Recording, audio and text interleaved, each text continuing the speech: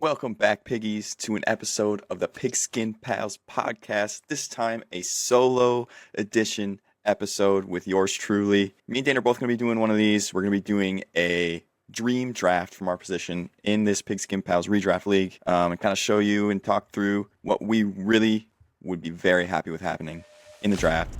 But before I get started, don't forget to sack that like and subscribe button. Like it's Jordan Love. Without further ado, let's get started.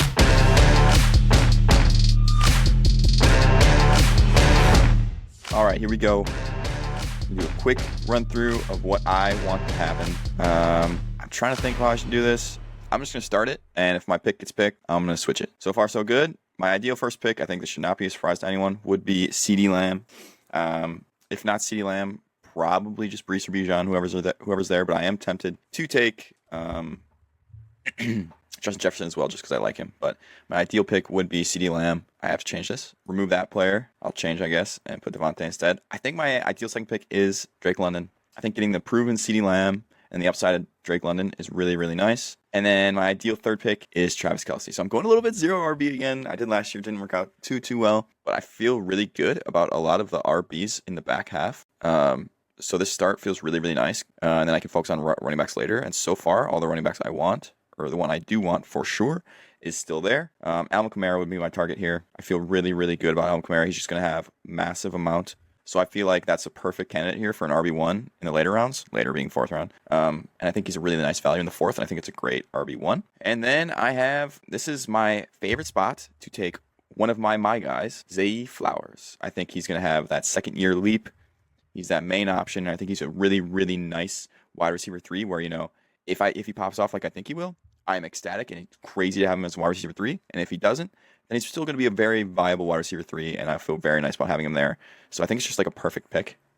So these next couple rounds, I guess also counting Zay, have a lot of my favorite picks, one of which being Ramondre Stevenson. Fills in that RB2 role, as well as I just think it's the same thing. All I'm doing with this strategy here is I'm going high upside CeeDee Lamb, Drake London, Zay Flowers receivers with guaranteed volume running backs. That's kind of the build I'm going for here. And if I can get these picks, I'm feeling really, really nice. This is an area, this round is kind of tough for me. I like a lot of different picks here. I like Kyler Murray a lot. I think he's probably my favorite QB here.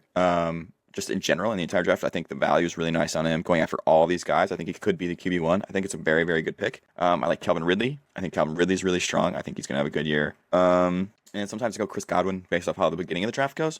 But if this was my ideal draft, I think I do go Kyler Murray here. I'm pretty confident in Alvin Kamara and Ramondre as RB1 and 2. Solid guys, a lot of volume. Really confident in my receivers right now, and I got Kelce already. So I would go Kyler Murray here in the 7th. So it starts off really zero RB, but then I do flip to get those RBs and fill out those slots. So it's not like I'm, running out Devin Singletary or Jalen Warren as my RB1. Nothing crazy like that. I don't think any one of my guys got taken here. Oh, one of them did, but I guess this is ideal. This is ideal in an ideal world, so I will change it. I don't think I get him, but in an ideal world, I'm getting Javonte Williams here. I'm a big Javonte guy. I have been forever. Have him in Dynasty. I have his jersey. Big fan. And then my third, my guy. So I got Zay Flowers, Ramondre Stevenson, and Brian Robinson Jr. I have really high hopes for B-Rob. I think Austin Eckler is washed. I think B-Rob's another guy who's going to get just a ton of volume. I think he's super undervalued. And just a really, really nice pick, especially for someone like me who goes receiver heavy in the beginning. So just a quick kind of recap or kind of reasoning here. Feel comfortable doing this from this position, going wide receiver, tight end, because I am so high on so many running backs later. Alvin Kamara, Ramondre Stevenson, Javonte Williams, Brian Robinson, that type of deal. The only issue, and this has happened to me in the past, is I think our league is very running back heavy. People like drafting running backs in redraft. So it's very possible that I start these 3. Kamara doesn't come back. Cook doesn't come back. Mixon doesn't come back. I get no running back. And that's where it starts getting a little bit tough. But I think if I can get, Kamara here or Stevenson here, I'm feeling really, really nice. Anyway, moving on. I got 3 running backs, or 3 receivers, 4 running backs. Here's kind of where I tend to go receiver. Is there anyone taken that is my ideal pick here? Yeah. Someone did get taken. I didn't see him all the way over here. Let's just go Tyler Lockett. There, Brian Thomas is who I'd like here. It's very unlikely. Like I said, this is all ideal. Brian Thomas is who I'd like here. I really like the way that I'm going with my receivers this year is 2 guys who I think will be surefire, like wide receiver 1s and 2s, or both wide receiver 1s. And then high upside throws, high upside dart throws. So like Brian Thomas obviously is one. Zay Flowers is one. I'm probably going to get one later, but right now, I'm taking another running back I like, because as much as I like all these running backs, they're volume plays and not necessarily guaranteed guys who are going to be really, really good. And I just want to have some options. And I am a homer as well. I think Rico Dowdle's going to lead the backfield. That's who I take at the 11th round. Rico Dowdle for sure. I think right now, my running back room is so solid. I love my running back room. I could probably not take a running back the rest of the draft and feel... I like that all these kickers are going because it makes things easier for, like, picking my ideal person here. Yeah, I mean, my ideal person got picked basically right beforehand. Because I've been going so high upside, I want, instead of upside here, I want a safe player who I know is capable of putting up 10 points a week if he needs to, and that's Jacoby Myers. He's just a solid floor guy. He doesn't have the highest upside just because offense is not good and Devontae's the main guy, but I think he has a really solid floor. So I think backing up all my high upside guys with a safe floor is exactly what I want. This is kind of the part of the draft now where you have to take your shots on on guys you like and guys you believe in, or guys you think have a chance to break out. Jalen Polk here is good, but I think I like his teammate more, so that's why I will not pick him. I'm a big Javon Baker guy. He's probably one of my last picks. Gabe Davis, any other circumstance where I don't have Brian Thomas is okay. I don't hate it, but I also don't love it. Jaleel, Antonio Gibson, and Kendra Miller are all backups of my current running backs. I'm just not really a fan of that. So here, I'm going to take another guy from my dynasty team. I think he's got high upside. I think the offense is going to be good. I do have Drake London already, but that's the way it's going to be. I'd rather just take good players. And you know what? If Darnell Mooney pops off, then I can trade him, and that's great. Right here, I think towards the end of the draft is where I start to think, don't worry about necessarily what you have or, the bye weeks, shit matching up, that type of thing. It's just go for guys who have high upside who you think are going to be good. Just take good players because you can always trade good players. And this is a guy who I think could be good and I could get something in a trade if I need to, or he could be a good piece where I can upgrade from someone to someone, if that makes sense. I feel really good about that. And this is kind of another guy here who I think could have a really nice...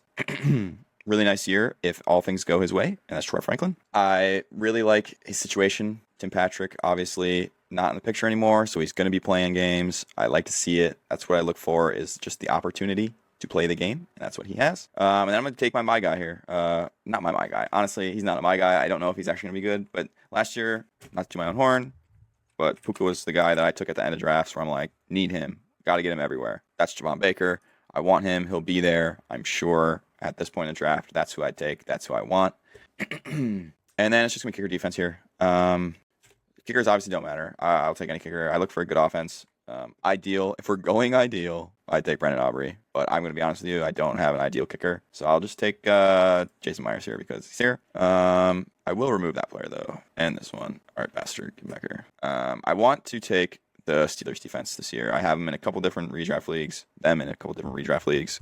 I just really like the first couple matchups. I think they play Falcons week 1, which is like on paper doesn't seem necessarily great, but I think it might take that team a little bit to catch their stride with all their new pieces. And they also play Denver week 2, who I think is not going to be all that good, and the Chargers, who could struggle a little bit on offense to start out as well, because they have to figure out who the guys they're going to go to are now that their offense is basically entirely different. This is my ideal draft. I guess we can quick go over my picks. It would be CD in the first, Drake London in the second, Travis Kelce in the third, Alvin Kamara in the fourth, Zay Flowers in the fifth, Ramondre in the sixth, Kyler in the seventh, Javonte in the eighth, Brian Robinson in the ninth, Brian Thomas in the 10th. That's kind of a fun back-to-back. Brian Robinson Jr., Brian Thomas Jr., kind of sick. Rico Dowdle in the 11th, Jacoby Myers in the 12th, Darnell Mooney in the 13th, Troy Franklin in the 14th, Javon Baker in the 15th, and a kicker in defense. Preferably the Steelers. Don't care about my kicker. That's the squad. That's how we do it. Appreciate y'all watching. Comment down below if you like mine or Dayne's dream drafts more. I'm curious to see who you think put together the best realistic team from their spot if everything kind of goes their way. I'm a huge fan of this, obviously. It would be impossible to create this dream team and me not to like it, but I'm really, really interested to see how the running backs go. Because if I can get, the Kamaras and the Ramondres and the Javontes and the Brian Robinsons in the rounds I want them, I think they're going to be incredible values, and I think they are going to be a big reason my team does well. But we'll see. I appreciate you all for watching. We'll see you next time.